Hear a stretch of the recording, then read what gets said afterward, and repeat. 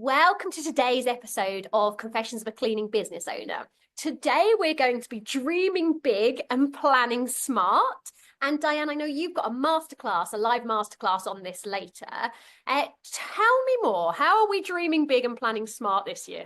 Well, really, for me, this is the key to building a successful business and a great life. And I know a lot of people think, oh, business planning, God, I don't want to do that. It's really boring. And a lot of business planning is really boring.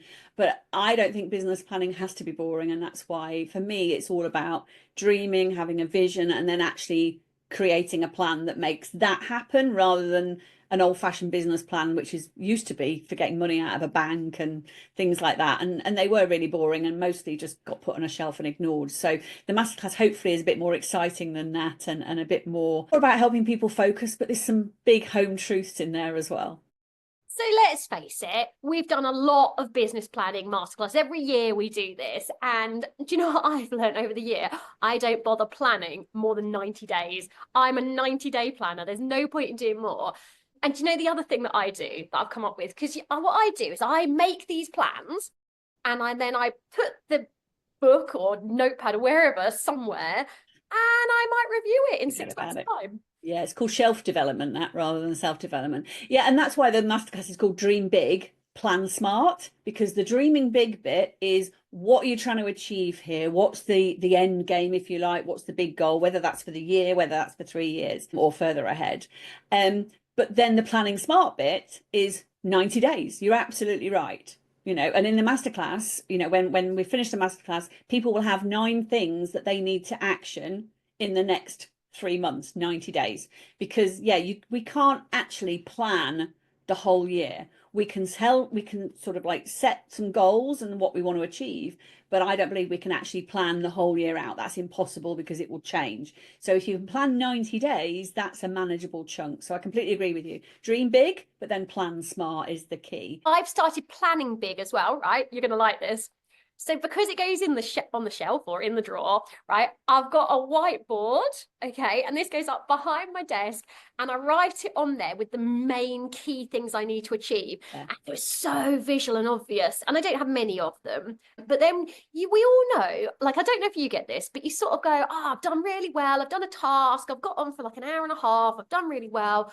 Yay. And then it's like, do I give up work for the day? Or is there something I urgently need to do? I've only got 20 minutes before I don't know, had to pick up the kids or something. And there's these little time fillers where I think, it's written on my board, I maybe should just do 20 minutes of it. And that's the key with it being so visual as well, is that you can look at it and go, I could just quickly do that and then scratch it off. And there's a lot of satisfaction in finishing something, isn't there?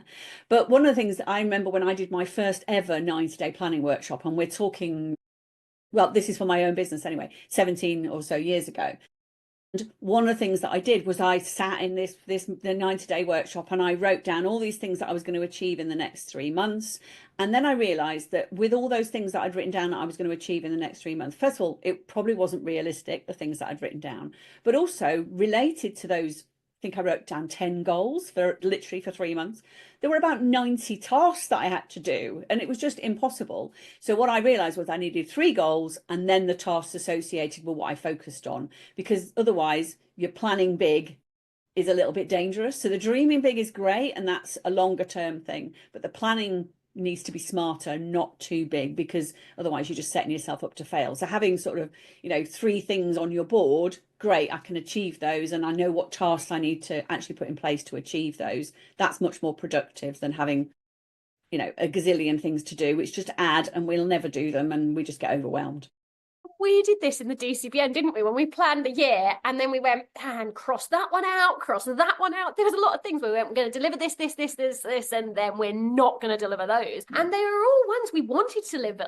But when you have them all written together, you're like, it's just never going to happen. And then we've just done the 90-day plan, haven't we? And I'm going, yeah, everything in there is achievable at a sort of reasonable rate. As long as we achieve those, that's good. And you only need like I say, 3 things on your 90-day plan, because the tasks that are associated with that will bulk that up into things that you need to do, and you'll just overwhelm yourself. And one of the reasons I actually love this process so much, and I'm going to share it in the masterclass tonight, something actually not very nice that I was told. I don't know, it's not a bad thing, it's just a truth. And it was a home truth that was shared with me about 20 years ago, which was that if you live to the age of 80, some of us will live longer, some of us won't live that long. But if you live to the age of 80, you get about 4,000 weeks of your life, okay? And for some reason, 4,000 weeks does not sound as long as 80 years. For some reason, we're all aware, we're recording this second week of January. So that's 2 weeks of 2025 gone already. By the time you listen to this podcast, there's probably 4 weeks gone of 2025. And that means that you're just not going to be able to make the most of it if you don't focus. And this learning about this 4,000 weeks, I learned about this about 20 years ago when I was with Action Coach. And at the time, I was about halfway through my 4,000 weeks. Now I'm about 3/4 of the way through. So it kind of makes it even more, because I might only have 1,000 weeks left, which sounds terrible. You've probably got about 2,000 weeks left, Louise. And, it just, for me, it's a terrible home truth. But actually, for me, I used it as a positive, because I started my business based on this and a few other things. But this was one of the spurs that inspired me to actually create my own future, because I realized that time was short, shall we say. And so it's not to scare people, and this 4,000 weeks things, or 2,000 weeks, however long you've got left, but it's to encourage you not to waste another year just repeating the same patterns that don't serve you. If you spent 2024 firefighting and struggling, then repeating that just isn't going to make any difference. Making a decision to change things and then focusing on what's important and sticking to what's right for you and your business, that's what serves you. And that's why I will be sharing the 4,000 weeks in the masterclass tonight, to help people realize that they need to get focused. So do you know what I find a little bit interesting? And I get that we're all at different stages in our lives, okay? But I agree with being mega, mega focused. But what I've sort of realized is I've spent great areas of my life being mega focused. I've achieved an awful lot in whichever field. There's been various different ones. But sometimes you look at the end goal and you're like, I'm going to be really happy when I get to that end goal. That's where I want to be. And actually, what I've realized is it's the journey that's more enjoyable than getting to the end goal. And so, as much as I love planning, something that I now keep in mind is actually I've got to enjoy the journey of getting there. So, for example, in the cleaning business, it's all very well going, I want to maybe have an exit plan. I want to sell my business. And when I sell my business, I'm going to be happy. It's like, well, no, because you're going to have to go through 10, maybe 20 years of growing it and escalating it. And if you are hating every moment of those 20 years, what's the point? Why don't you just quit now and do something you actually enjoy for the next 20 years? Because you'll be as successful doing something you enjoy. Things like, I want a beautifully renovated house, but I quickly realized I don't love every step of it. So I'm having to learn to actually get more involved and enjoy the step, because ours is a 10-year project. And if I don't enjoy it, what's the point of it? I might as well have bought a ready renovated house. I agree, actually. And I think there are too many, this is not in the cleaning industry, this is business generally. There are too many business owners that sacrifice everything for their business, and they get to the end of their 10-year plan and realize they've not got everything that was important to them at the beginning, outside of work, if that makes sense.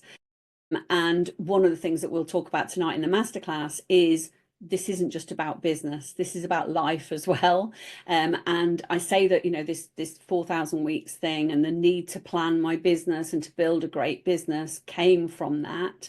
But also, a lot of my goals and my dreaming big was actually about life. It wasn't really about the business.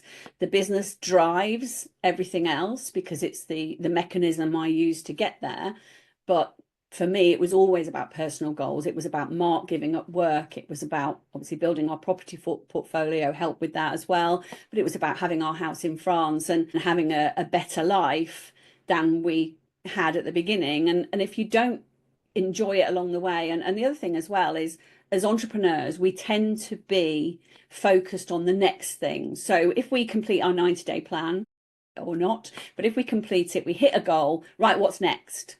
rather than celebrating and enjoying what you've already achieved. And for me, if you're not putting into place ways to celebrate and some really good personal sort of good things for yourself along the way, then you're not going to enjoy it. And yeah, there is no point, in my opinion. Do you want to hear my 90 days, my next 90 days? So I I so I need to lose weight, right? As quite often people do. And I know exactly how to do it, but I don't necessarily enjoy it, right? And I say that that's caveated, right? Nobody really enjoys dieting because you have to restrict what you're eating and all those things. So, but I do actually, once I start it, my skin gets better, I get more energy, perform better at work. And so I've gone, right, okay, let's do. Currently, it's 8 weeks. It runs until the end of February. I'm on an 8 week diet. But what I've realized comes along with that 8 week diet is I can't just sit there going, oh, I'm going to watch telly and think about food. I then perform better at work. So I've got an 8 week sprint of dieting and work and high performance. And I'll have a 6 week, like, I'll get on with it. I'll hit all my basic targets. And so I very much know that I go in fits and starts. I'm not consistent. It'll be 8 weeks of mega performance. Then you'll have 6 weeks of going, Louise, have you actually been at work much for the last few weeks? Like, but I've come to embrace that kind of fluctuation now. I plan in the fluctuations. Yeah, and I think a lot of us are like that. I'm like that too. I'm either really full on or I'm just switched off completely, and I cannot maintain the level of focus consistently. So what I tend to do with my plan is I tend to be like, I'm going to nail it in 6 weeks. And then I don't have to do anything for the rest of the quarter, and kind of get things done really quickly so that I can have that break. Because, yeah, that's really important to me because I need a really good recharge. Yeah. But and I find that it's quite interesting when you see that. And this is why I quite like coaching sessions. We were talking about this earlier. Coaching sessions to be a set amount of time. I want a 12-week plan. This is my 12 weeks. I will deliver, deliver, deliver, deliver. Then give me 12 weeks off. And then maybe like everything I do is like, do it, really achieve it, then stabilize. And luckily, I'm someone, and this is what I've known about planning as well, and we've talked about this, I'm really good at starting things and I get excited and it's great. What I'm not so good at is making sure everything works behind the scenes. It actually is, consistently deliverable. But again, I'm surrounded by good people that do that. So it's a kind of calm down time. So I plan in the downtime as well. That's my plan in 2025. Plan the downtime, plan the enjoyable bits. Really important. And actually, I've seen a little bit on social media over the last couple of weeks, not just in the cleaning industry, but I have seen it in the cleaning industry. I've seen it in the property industry. I've just seen a few people creating posts going, 2024 was a bit shit. And I'm kind of a bit fed up of people telling me how amazing their 2024 was and how even more amazing 2025 is going to be. And they're not being negative, they're just being honest, I think, and kind of going, actually, 2024 has been difficult. And I really want to make 2025 different. How do I do that? So, for me, that's I talked already about, if you keep repeating the same things, nothing's going to change. And sometimes you do need to just take a step back and reset, don't you? Yeah, I think it's interesting when you say 2024 wasn't great for a lot of people. And if you look over the last 10 years and you look at the economy, it's been a really interesting time. And I guess the economy is always interesting. But in 2016, we had the Brexit vote, right? And then we had a sort of a real period of confusion. Are we going to have a hard Brexit? What's going to happen? I know in the cleaning industry, we have a high amount of what do you call them, like foreign workers, people that come in from other countries.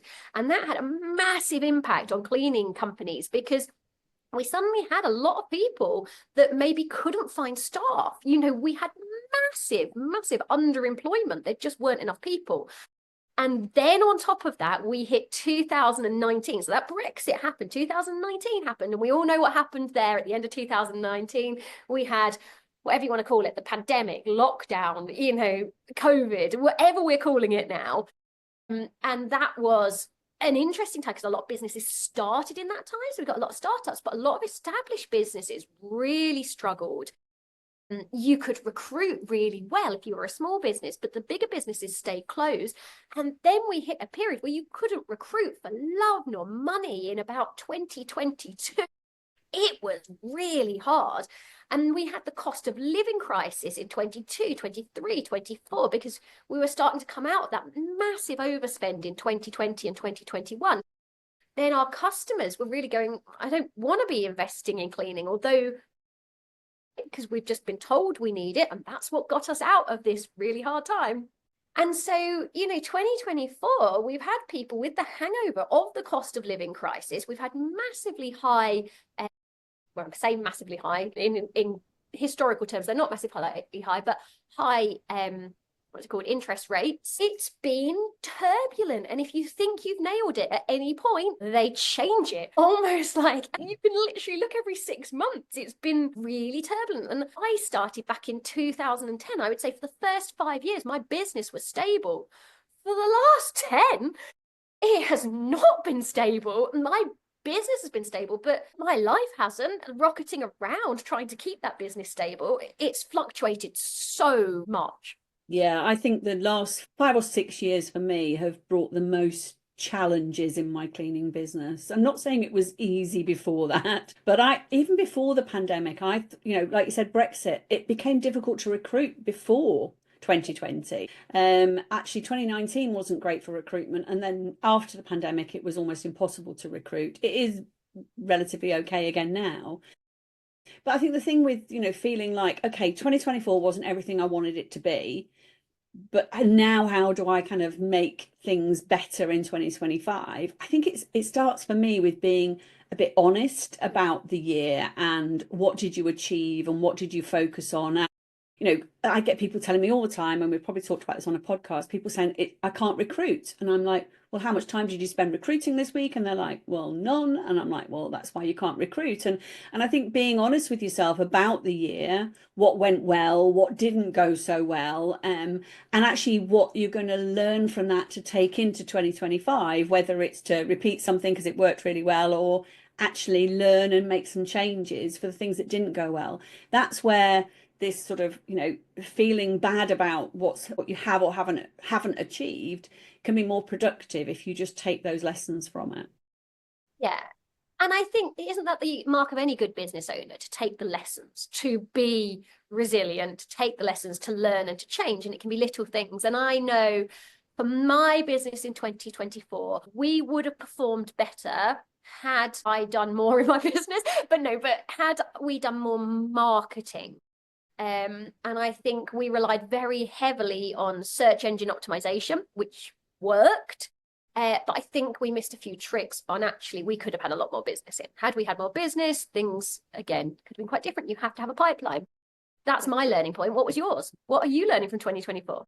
My learning point was I want to focus in 2025 on team culture. And we had a chat about this earlier, didn't we? Where, our team are great and, touch wood, they're pretty stable and solid. We want to grow the team, but I really want to make sure that the environment they're working in is what we need it to be. It's great, but it could be super fantastic. And that's what I want to be focusing on as a lesson from, whether that's a lesson from 2024 or just something that I'm got this little thing in the back of my mind that it's not as good as it could be. And I always like to tweak little areas of my business all the time. And for me, that's the bit that isn't working as well as it could be at the end of 2024. So I want to make sure that in 2025, that's where we're working on improvement. But sometimes it's the little things, isn't it? Maybe you're constantly putting up with unreliable team members for too long, letting clients take advantage. Maybe you didn't take any time off, can't get off the tools. Whatever it is that's probably been your biggest challenge for 2024, you can use that to make it better in 2025, so long as you're honest about it and acknowledge it. Again, I'm going to talk personally here. I might as well. Everybody's going to apply their own things to it. But my 2024, so we bought a house when did I buy it? We bought it in like September 2023, and it needs a lot of renovation, but we spent every penny and more we had buying it. So I was then skint, like beyond skint. I was in debt and skint. But of course, we have businesses, but when you own limited companies, you quite often don't get nice stable pay. You get it in like a big lump sum. Well, no, that's a lie. We took out everything in the month before and like probably projected profits as well. So literally I got nothing for 6 months. So yeah, I was skint. So we were trying to survive in a house that was really run down with no money coming in. Obviously, we couldn't afford a holiday. On top of that, since we had nothing else to do, it was like, right, grow the businesses. The beekeeping business was booming. So we grew that. That got too big too quickly. We didn't have the money to invest in machinery to kind of help us out. So we were then tired out doing that one. I didn't pay enough attention to my cleaning business, if I'm honest. It ticked over. And it was fine, but it didn't grow particularly. And now I'm sort of coming out of it going, okay, I've got a bit of money coming in. My businesses do make money. I'm not absolutely debt ridden anymore.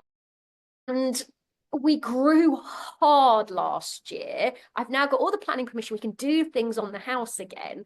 And now in 2025, I feel like for me, 2024 was a year of suffering. It was a year of, I knew what my goals were. I knew what I wanted by the end of it. But by God, it was hard living in, not the greatest situation, no money, no holidays, and working my absolute butt off to get out the other side. I would say for me, 2025, I think I would like to enjoy it a little bit more. I don't think I'd work less because I do enjoy working and every step of it, but I would like a bit more balance and the house to just be, I've now got a boiler that works. That's a bonus. Things like that is really nice. Yeah, it's really important that actually that, you working less might be one thing, but actually enjoying things more is definitely key. And I think it's interesting that you said 2024 was felt like pain and suffering. But actually it was just growing pains really, wasn't it? And it was the start of progress, but the start is often the most difficult bit, isn't it? We knew when we made the decision to push ourselves out of every comfort limit to do this, we knew there was going to be 2 years of hardship to follow that. And so 2025 still isn't going to be easy for me. Yes, I might have a bit more money. It's all going to be spent on renovations because, the house is still leaking. It still needs the roof fixing. Yes, we have a boiler that works in half the house, but I'd like the other half to be warm as well.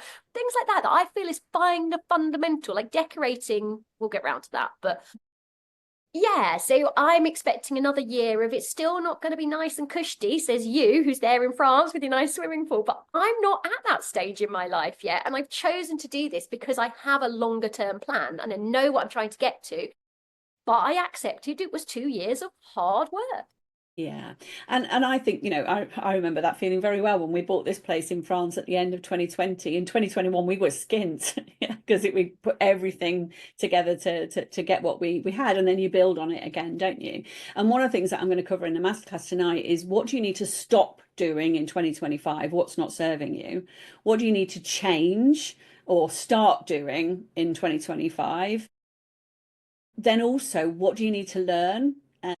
And whether that's yourself or training, whatever it is, but what are the learnings that you need to make sure are in place for 2025?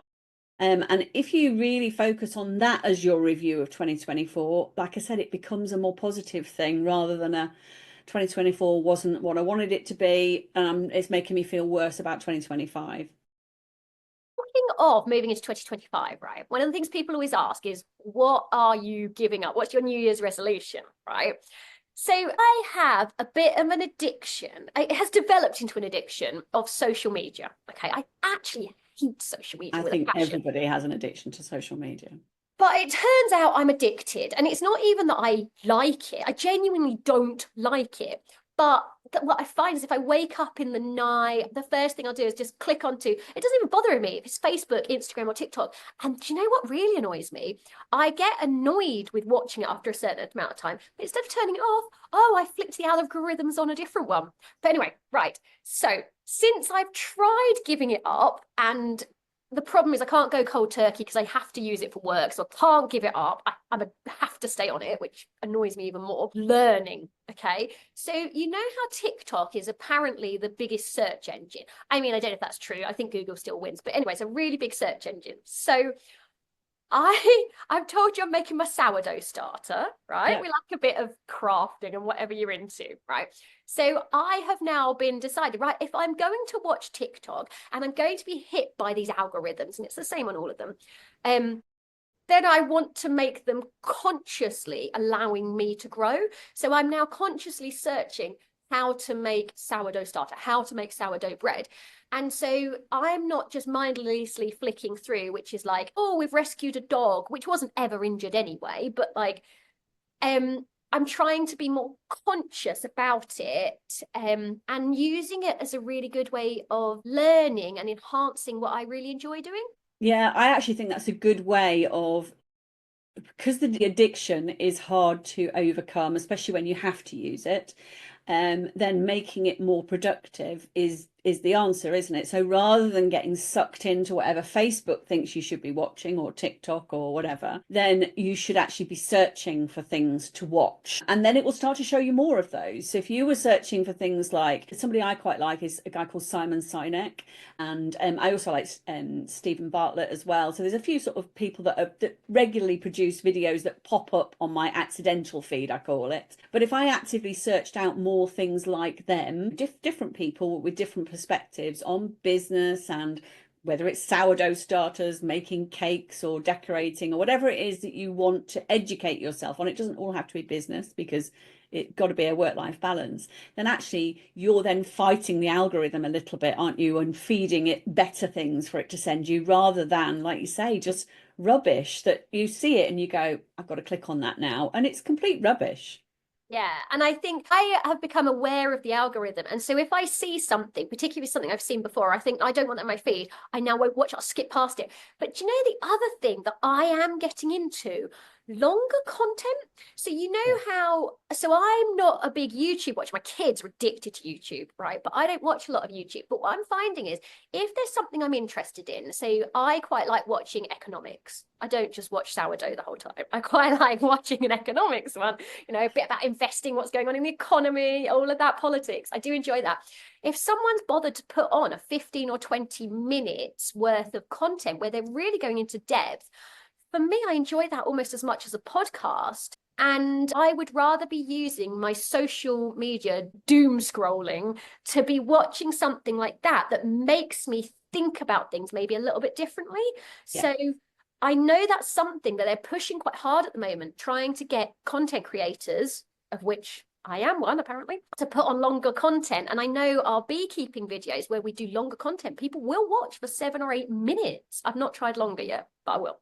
Yeah, longer content, more educational, less. I mean, I remember, I don't remember when television first came out, but I remember learning that people at the time said it was chewing gum for the brain and this sort of thing. And social media has just become that, but on steroids, hasn't it? Where it's just a constant stream of rubbish that we're consuming. We're not doing it very actively. So I think, because we can't get over the addiction, maybe the way is to just get more active on it and to actually be productive in our doom scrolling. So what's your New Year's resolution then, Diane, for 2025? If that's mine, what's yours? So personally, for me, I'm addicted to my phone. So Okay. it's not just doom scrolling. I play these stupid little games on my phone. I hate computer games. I'm What not, do you play? just honestly just puzzle games, just puzzles, word games. I have about three on the go. So when I run out of life, I don't pay for them. When I run out of lives on one, I'll play the other. And my New Year's resolution, and my deadline is today, that I'm going to remove them from my phone. So that's one, because for me, first of all, they're not distracting me, because I'm still, I'm still doing what I need to do, but it means I'm not focusing on what I'm actually doing, because they're distracting me. So yeah, getting rid of distractions, I suppose, is the overall thing.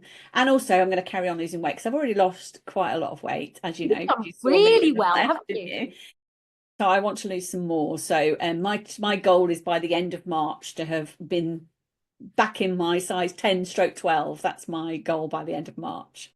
Oh, wow. That's I'm a so big one. proud. Big one. Yeah. So for me, that's it. It's probably a start doing rather than a stop doing, because you can't stop eating. So it's just changes, and more exercise as well. I've got my treadmill there in the background, all folded up at the moment, but I'm opening it out, get back to my walking every day on that, because the weather doesn't really allow for walking outside at the moment, does it? You say that you don't have two big dogs, do No, I you? don't. Yeah. I have to walk outside every day. I mean, I like it, but yeah, I do it every day. Yeah. It's interesting what you say about games because I have a slightly different perspective. So I don't play games on my phone just because I don't have the concentration. I don't use my phone that much because I try and avoid working when I can. But anyway, but I was thinking about it when you say you spend that much time. I play bridge, as you know, and we play an online game. So you're interacting with other people and it might be a 2 hour long game. And if I think about it, if I play, for example, 2 or 3 times a week, that's 6 hours. That's probably equal to what you're spending. And I kind of think of it as actually, well done me, I'm being quite productive, but it's the same thing. Like Yeah. you need an outlet. Yeah, and the reason, and the reason I like these puzzle games is because they don't require any brain power. So they're kind of switch off things. Whereas when I know that computer games don't necessarily require brain power, but like Mark plays Call of Duty on the PlayStation, I find games like that really stressful. So they don't relax me, so I don't enjoy them. So that's why I don't play those, and that's why I like the puzzles, is they're so easy and distracting, but I'm just finding that I'm playing them too much. So for me, I need to stop playing them for a while and get away from it for a little while.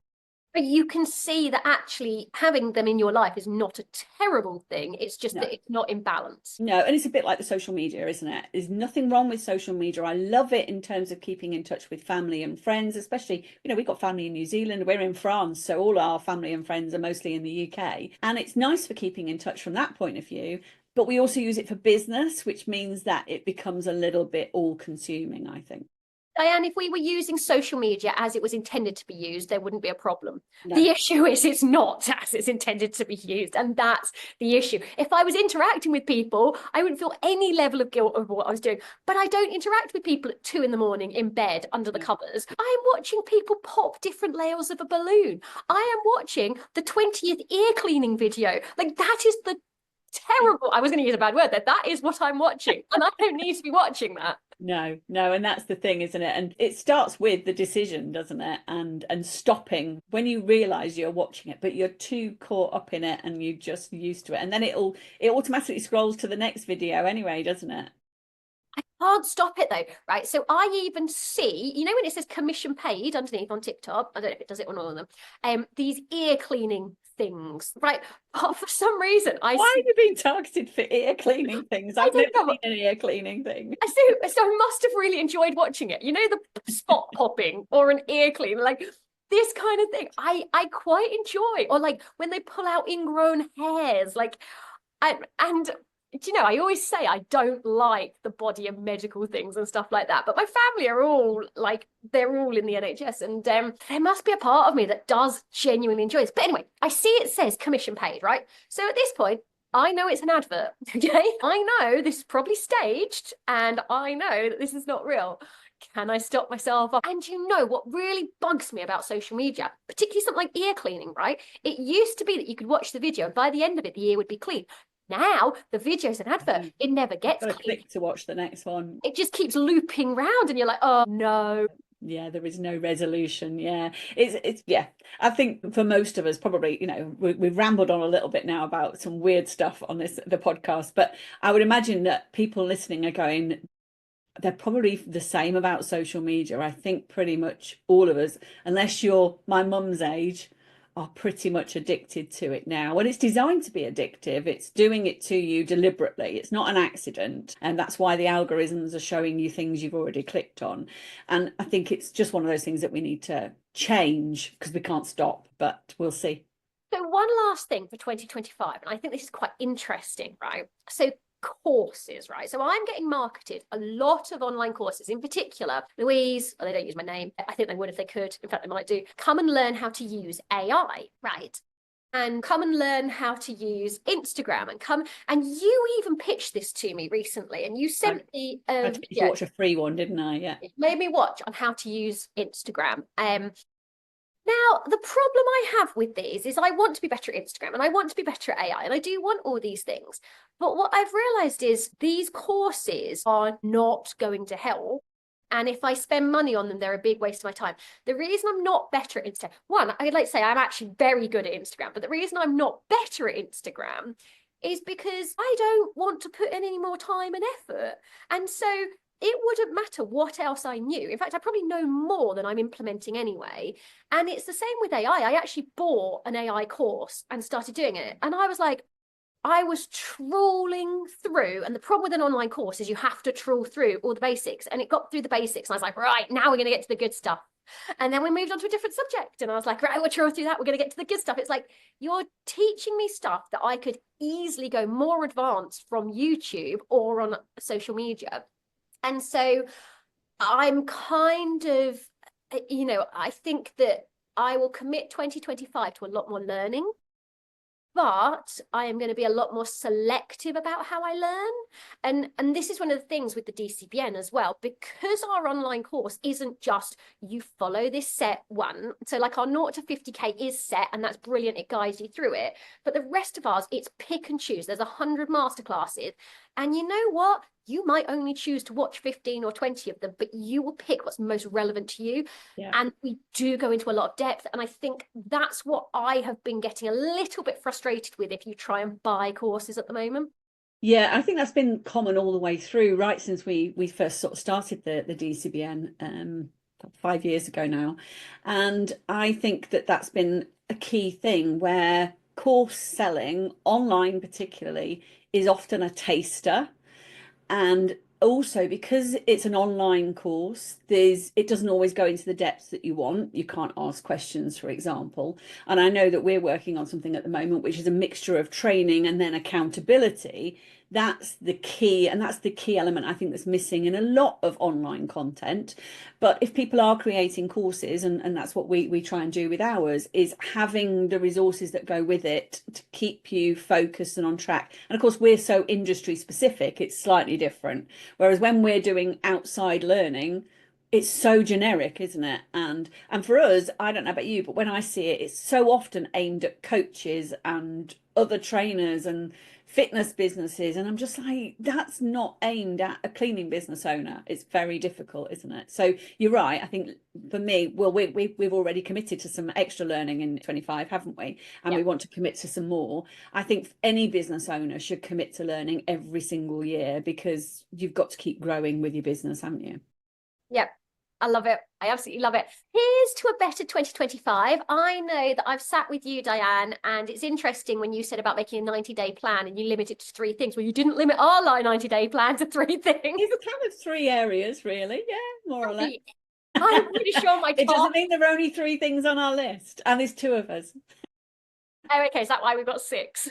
So yeah, so I have a 90-day plan. I can't wait. And do you know what I like about these podcasts? Because we do them every week. We can sort of keep each other updated and keep everyone who's listening updated as to what's going on. And yes, I look forward to seeing you next week. Thanks, Louise. Thank you very much.